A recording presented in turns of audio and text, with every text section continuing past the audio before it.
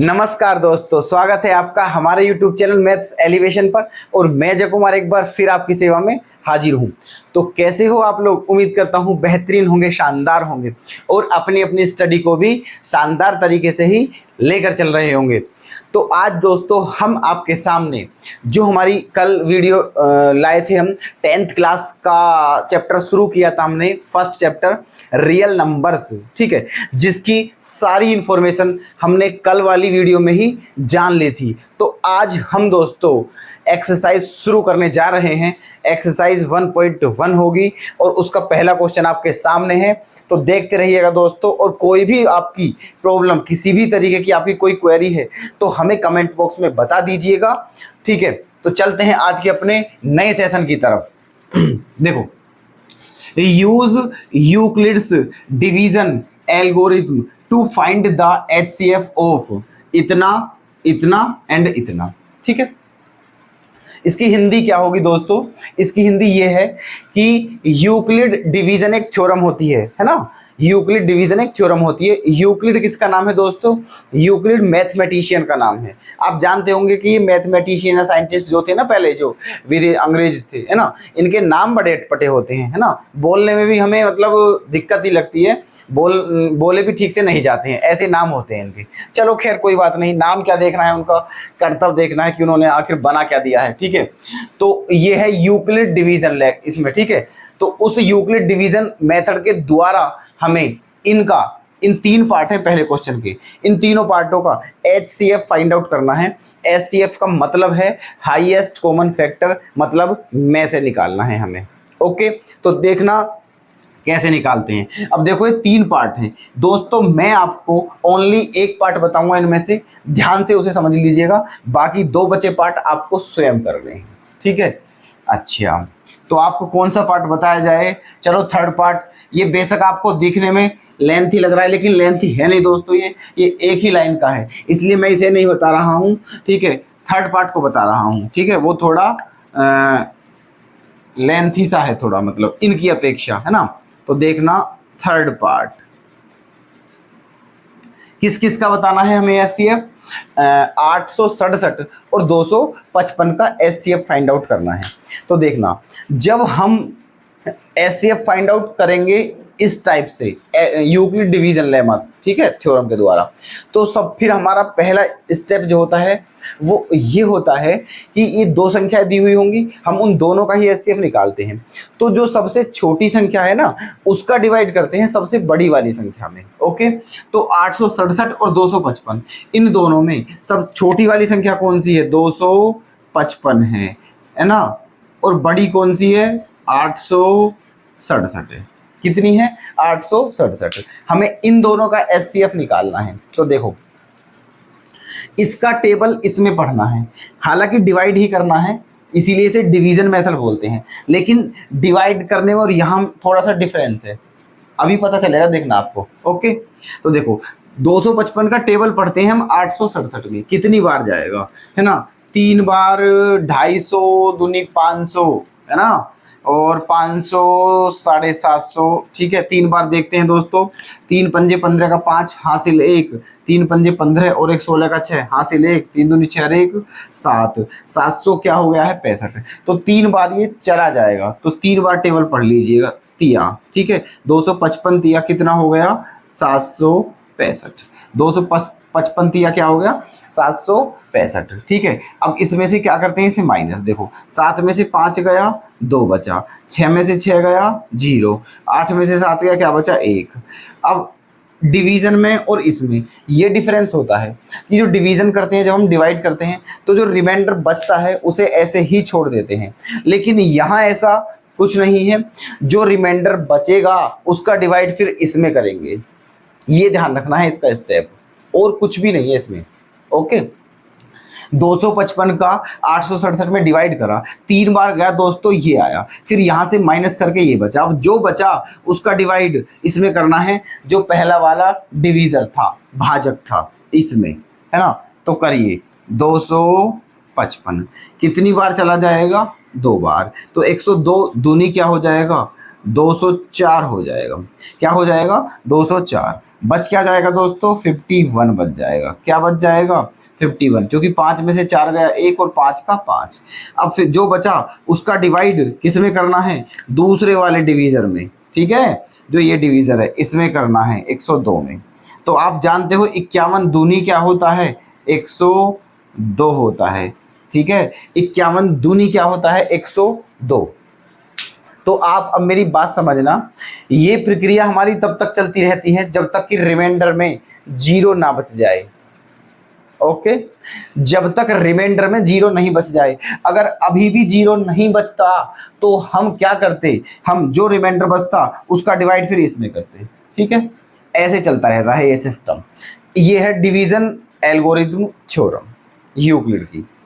तो ऐसे निकालना है दोस्तों हमें, ठीक है। अब पता कैसे चलेगी कि एचसीएफ कौन सा है, जिससे लास्ट में कटता है, ठीक है, जो लास्ट का डिवीजर है वही हमारा आंसर होगा। और लास्ट का डिवीजर कितना है, 51। क्या है लास्ट का डिवीजर, 51। इसका मतलब ये है दोस्तों, इन दोनों का जो एचसीएफ है वो होगा 51। क्या होगा इन दोनों का एचसीएफ, 51। तो क्या लिख दिया जाए यहाँ, एचसीएफ इक्वल्स टू 51, ठीक है। उम्मीद करता हूं कि आप इस मेथड को समझ चुके होंगे। ओके, सिंपल सा है, ज्यादा कोई बड़ी बात है नहीं, ठीक है। तो बाकी ये पहला और दूसरा पार्ट आपको स्वयं करने हैं, और अगर नहीं होते हैं तो हमें कमेंट बॉक्स में बताना है, नेक्स्ट वीडियो में हम आपको बताएंगे। अब चलते हैं दोस्तों अपने सेकंड क्वेश्चन की। तो देखिएगा सेकंड क्वेश्चन आपके सामने आ चुका है। और दोस्तों एक बात मैं आपको बता देता हूं पहले ही, है ना, कि जितने भी क्वेश्चन हम करवा रहे हैं, ठीक है, लिख करके ले लीजिए, ठीक है, एग्जाम में जरूर मिलेंगे, ठीक है। ज़्यादा नहीं कहना है, हम थोड़ा कहना है, लेकिन आप ज़्यादा समझने का प्रयास करना, ठीक है। लिख करके ले लो, लिख करके, ठीक है, एग्जाम में मिलेंगे बिल्कुल, ठीक है। आते हैं ये क्वेश्चन, करवा ही वो जा रहे हैं दोस्तों क्वेश्चन जो एग्जाम में आते हैं, है ना। तो बिल्कुल आप निश्चिंत होकर के विश्वास की कर सकते हैं, और ठीक है, क्लास को ध्यान से करें और नोट्स बनाते रहें, है ना। मैथ्स में आपका बहुत ही अच्छा परफॉर्मेंस होगा, ये हमारा प्रॉमिस है आपसे, है ना। बेशक आप देख लीजिएगा जब एग्जाम दो, ठीक है। देखना क्या है question second, show that any positive odd integer is of the form 6q+1 और 6q+3 और 6q+5, है ना। मतलब हमें ये प्रूफ करना है 6q+1, 6q+3 या फिर 6q+5। मतलब दोस्तों हमें प्रूफ क्या करना है, हमें ये प्रूफ करना है कि कोई धनात्मक विषम पूर्णांक, ठीक है, कोई धनात्मक विषम पूर्णांक या तो इस रूप में होता है, या इस रूप में होता है, या इस रूप में होता है। ये बात हमें प्रूफ करनी है। कोई भी पॉजिटिव ओड इंटीजर, है ना, पॉजिटिव ओड इंटीजर का मतलब है जैसे कि 1, 3, 5, 7, 9, 11, 13, 15, 17, 19, 21 etc। ओके, ये क्वेश्चन है ना। कोई भी धनात्मक विषम पूर्णांक इन रूप में होता है, where q is some integer, जहां क्यू क्या है, कोई पूर्णांक है, क्यू क्या है, कोई पूर्णांक। ओके, चलो ठीक है, देखते हैं देखो कैसे होता है क्वेश्चन। प्रूफ करना है क्योंकि, तो हम करते हैं इस क्वेश्चन का प्रूफ। प्रूफ माने होता है दोस्तों हिंदी में सिद्धिकरण। तो अब इसका हम प्रूफ करते हैं, देखना कैसे करना है। कोई भी पॉजिटिव ओड इंटीजर है, मान लिया, है ना, लेट, है ना, any positive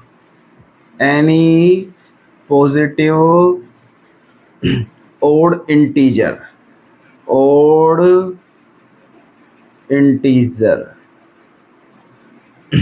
equals to A, है ना। और किस फॉर्म में मान लिया, इक्वल्स टू 6q+r। समझिएगा ध्यान से, क्योंकि पॉजिटिव ओड इंटीजर ही लेना है, तो हमने मान लिया कि कोई पॉजिटिव ओड इंटीजर a है जो कि किसके इक्वल है, 6q+r के इक्वल है। किसके इक्वल है, 6q+r के। अब आप ये सोचोगे कि ये 6q+r क्यों लिया, है ना। देखो इसी फॉर्म में लेना है दोस्तों, ठीक है, इसी फॉर्म में 6q को आप एज इट इज रख सकते हैं। केवल जो ये 135 है, डिफरेंस यहां से पैदा होता है दोस्तों, डिफरेंस वहीं से बनता है, इसीलिए 6q तो बिल्कुल एज इट इज ले लिया है। और जो ये कांस्टेंट है 135, इनके मैंने यहाँ क्या मान लिया है, इनके प्लेस पे r, समझे? ठीक है, अच्छा अब देखना, अब ये क्या सिस्टम बन रहा है, ये वाला अगर यहां से देखा जाए तो, ठीक है, dividend equals to divisor into quotient plus remainder, ये वाली कंडीशन यहां से हमारी बन रही है। ठीक है, अच्छा जी, अब आप मुझे एक बात बताइए, है ना, कि यहां जो सिस्टम है देखो, यहां ये 6 क्या है, ये 6 है ना, ये 6 क्या है, ये डिवीजर है दोस्तों, ये 6 क्या है, डिवीजर है ना, और Q क्या है, क्यूसेंट, Q क्या है, क्यूसेंट, R क्या है, रिमाइंडर, R जो है वो क्या है, रिमाइंडर, और जो A है वो क्या है, डिवाइडेंड, है ना, क्या है वो, डिवाइडेंड, ये चारों चीजें हैं, सही है। अच्छा, अब मैंने आपको एक बात बताई थी, क्या बताई थी, कि जो रिमाइंडर होता है, ठीक है, जो रिमाइंडर होता है वो या तो 0 होगा या 0 के बड़ा होगा।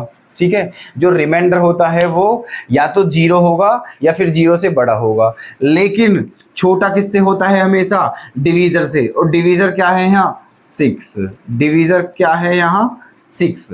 तो कुछ ऐसी कंडीशन हमारी बन चुकी है, मतलब जो r की वैल्यू है वो 0 और 6 के बीच में होगी, बट 0 भी हो सकती है, लेकिन 6 से कम ही होगी, 6 से ज़्यादा नहीं हो सकती, क्योंकि 6 जो है वो क्या है, डिवीज़र, और जो रिमाइंडर होता है वो ऑलवेज डिवीज़र से स्मॉलर होगा, कभी भी उससे ग्रेटर नहीं हो सकता है, ना ही उसके इक्वल हो सकता है।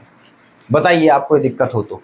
ठीक है, इसी पॉइंट में पूरा क्वेश्चन का आंसर छिपा हुआ है, आप ये समझ लीजिए बस, है ना। अगर यहाँ आपको कोई दिक्कत नहीं है तो फिर ये समझ लीजिए फिर क्वेश्चन में कहीं भी दिक्कत नहीं आई, क्योंकि फिर क्वेश्चन में कुछ है भी नहीं, है ना। बस यही पॉइंट था जो हमें सेट करना था। अब देखो, तो यहाँ है तो r जो है वो किस किस के बीच में है दोस्तों, 0 और 6 के बीच में, है ना। कहने का मतलब r का मान क्या हो सकता है हमारा, r का मान 0 भी हो सकता है, 1 2 3 4 5, है ना।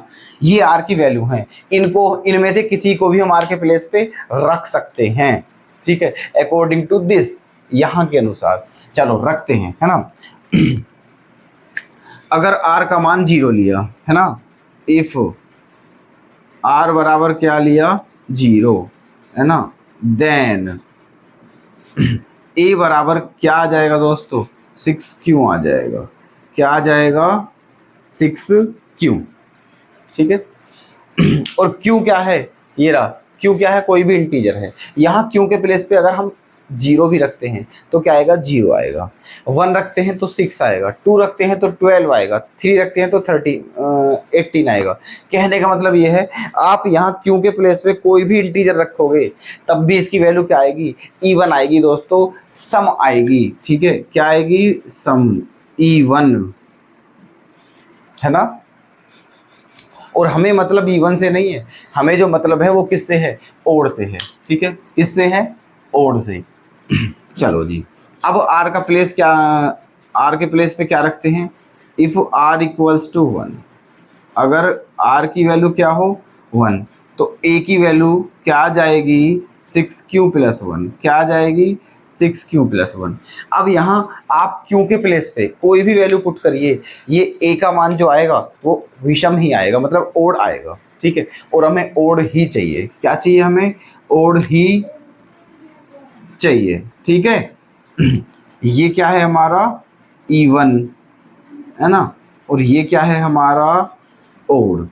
ठीक है, आगे देखिए, है ना, if r equal to 2, if r equal to 2, then a equals to क्या आ जाएगा, 6q प्लस 2, 6q प्लस 2, ये आ जाएगा।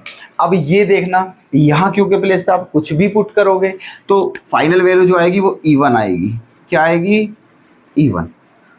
ठीक है, नेक्स्ट रखते हैं आर के प्लेस पे क्या, if r equal to 3 then, है ना, ए इक्वल्स टू क्या आ गया, 6q+3, है ना, 6q+3।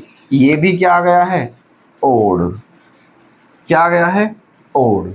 ओके, फिर क्या रखते हैं अब, if r equal to 4 then a equals to 6q+4, 6q+4 ये आ जाएगा। ये क्या है दोस्तों, ये इवन है। क्या है ये, इवन। अब क्या बचा है last, if r equal to 5, अगर आर के प्लेस पे क्या रखें हम, 5, तब जाके ए की वैल्यू क्या आ जाएगी, 6q+5। क्या आ जाएगी, 6q+5, जो कि क्या होगी, ओड। क्या होगी, ओड। बस अब आर का वैल्यू हमने 5 तक रख ली है, 5 से बड़ी हम आर के प्लेस पे कोई भी वैल्यू नहीं रख सकते हैं, क्योंकि वहां से साफ साफ स्पष्ट है कि आर की वैल्यू 0 to 5 तक ही रख सकते हैं। ठीक है, चलो जी, हमारा क्वेश्चन हो चुका है। अब मैं आपको समझाता हूं कैसे हो चुका है। ठीक है, देखना क्या कहा था क्वेश्चन में कि show that any positive odd integer, show that any positive odd integer, है ना, इज ऑफ द फॉर्म इतना इतना इतना। अब आप देख लीजिए खुद। ठीक है,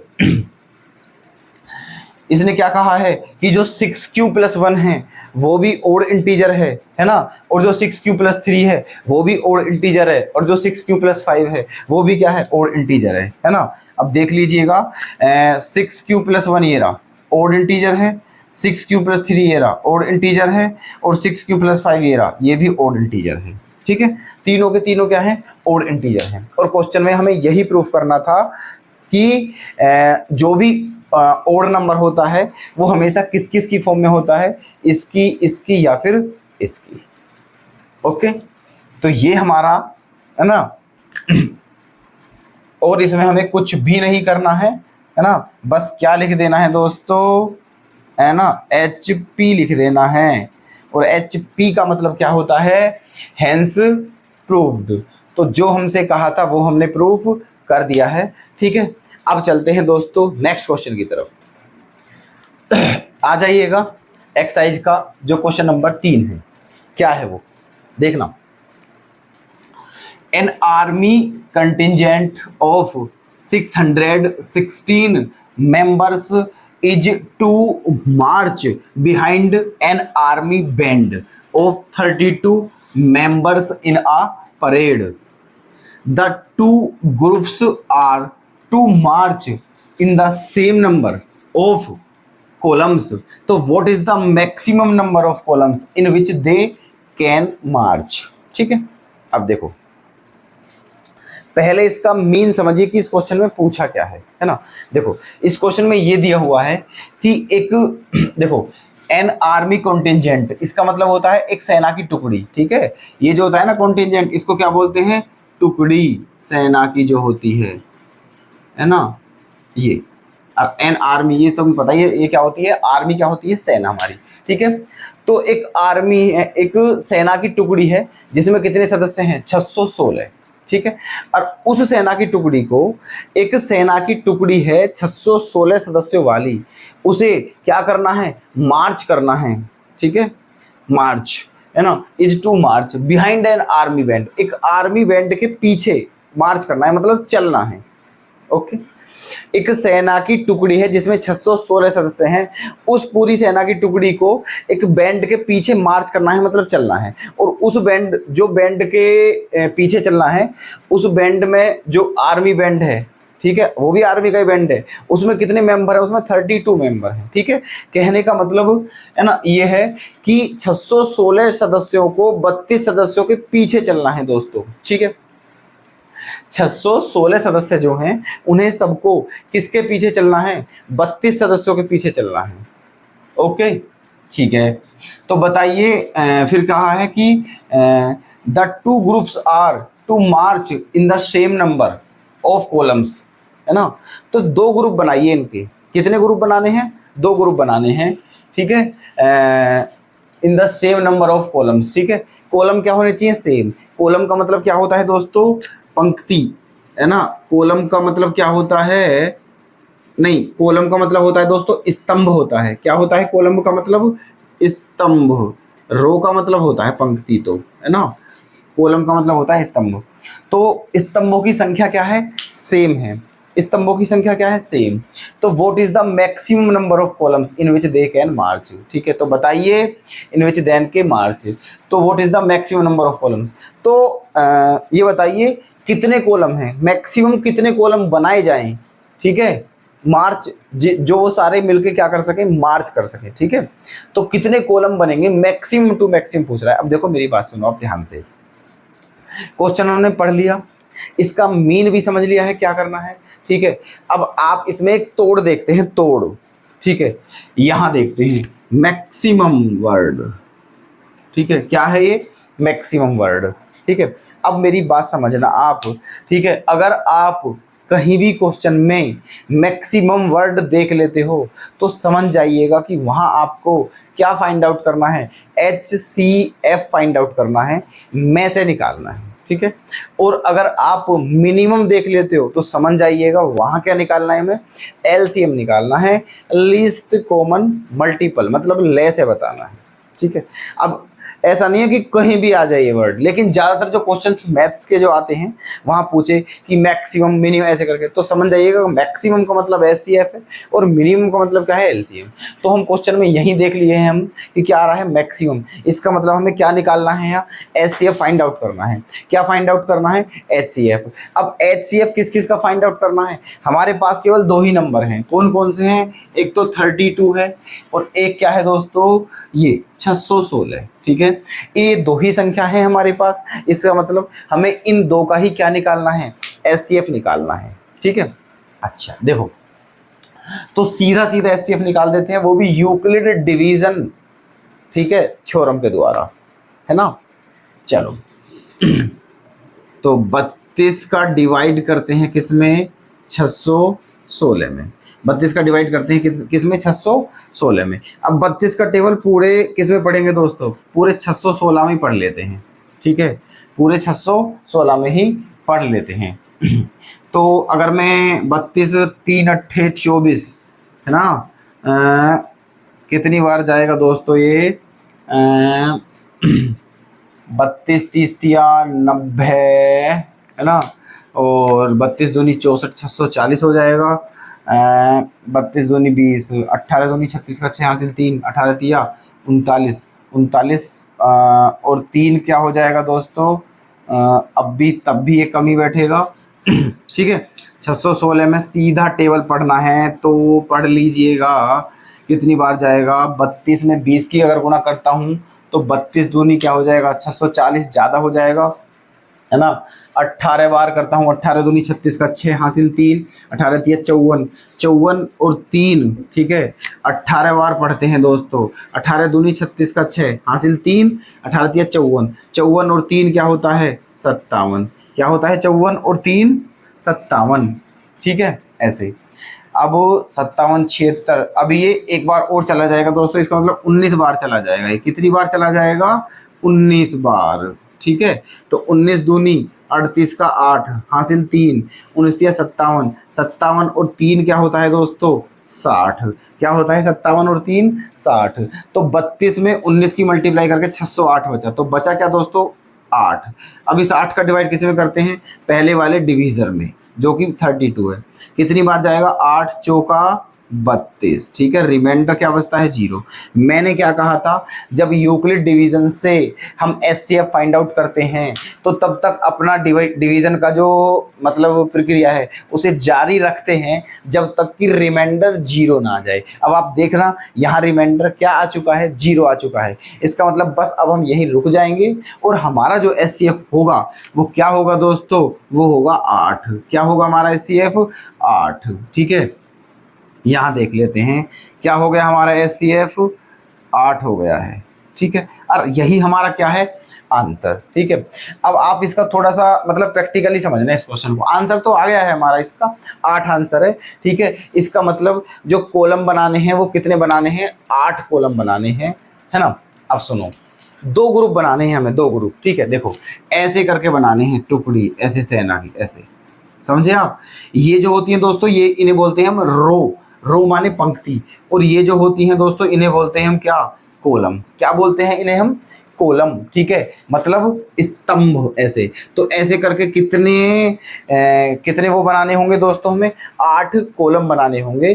ठीक है, तब जा करके हमारा वो सिस्टम बन पाएगा जो क्वेश्चन में हमें बनवाया है। ठीक है, तो क्या हो गया है हमारा आंसर, 8। उम्मीद करता हूं आप समझ चुके हैं इस क्वेश्चन को। तो चलिएगा नेक्स्ट क्वेश्चन की तरफ।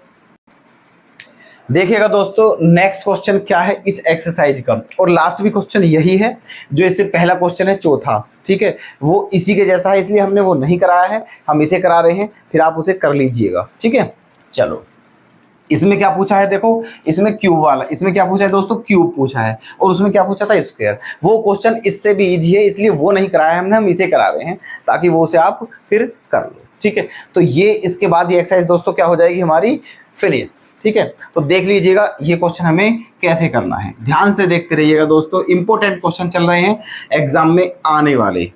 तो देखते हैं क्या प्रूफ करना है हमें। देखो, use Euclid's division lemma to show that the cube of any positive integer is of the form 9m, 9m plus 1 और 9m plus 8। ये है क्वेश्चन। अब इसका मीन समझाता हूं मैं आपको कि ये पूछा क्या है। देखो, हमें क्या कहा है कि यूक्लिड डिवीजन लेमा थ्योरम जो है उसका यूज करते हुए हमें प्रूफ करना है कि कोई पॉजिटिव इंटीजर जो है, कोई पॉजिटिव इंटीजर जो है, ठीक है, to show that the cube of any positive integer, है ना, इज ऑफ द फॉर्म इतना। कोई पॉजिटिव इंटीजर जो है वो किस फॉर्म में, उसका क्यूब जो है, ये रहा देखो क्यूब, है ना, किस फॉर्म में होता है, या तो इस फॉर्म में होता है, या इस फॉर्म में होता है, या इस फॉर्म में होता है। ये बात हमें प्रूफ करनी है। ठीक है, समझ गए आप क्वेश्चन क्या पूछा है, एक बार फिर एक्सप्लेन करता हूं। इस क्वेश्चन में दोस्तों हमें ये प्रूफ करना है कि अगर कोई पॉजिटिव इंटीजर है ना, और उस पॉजिटिव इंटीजर का अगर क्यूब किया जाए तो वो जो आएगा क्यूब होने के बाद, वो या तो इस फॉर्म में आएगा, या इस फॉर्म में आएगा, या इस फॉर्म में आएगा। ये पूछा था हमसे। चलो अब देखते हैं कैसे। देखो, मान लेते हैं लेट, है ना, मान लेते हैं जो पॉजिटिव इंटीजर है, लेट एनी पॉजिटिव इंटीजर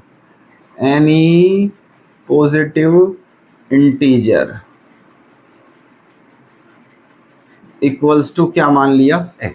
ठीक है, मान लिया कि कोई धनात्मक पूर्णांक जो है वो क्या है, x है, पॉजिटिव इंटीजर जो है वो x है। ठीक है, अच्छा अब देखना, अब क्योंकि ये तीनों अलग अलग प्रूफ करने एक तरीके से, मान लिया मैंने, है ना, let and let first part proof करना है ना, x इक्वल टू क्या मान लिया है दोस्तों मैंने, 3m लाना है ना, m, तो 3k मान लेते हैं, क्या मान लेते हैं, 3k मान लिया। ठीक है, समझना ध्यान से मेरी बात, क्योंकि क्यूब करना है, क्या करना है, क्यूब, है ना। तो मान लिया जो x है मेरा वो किसके इक्वल है ना, वो 3k के इक्वल है, किसके इक्वल है, 3k के, है ना। चलो, लेकिन लाना क्या है मुझे, इसका क्यूब जो है वो इस फॉर्म में होना चाहिए। तो ऐसा करते हैं, दोनों तरफ का क्या कर देते हैं, क्यूब कर देते हैं, है ना। ये मान लिया मैंने equation first, cubing both side,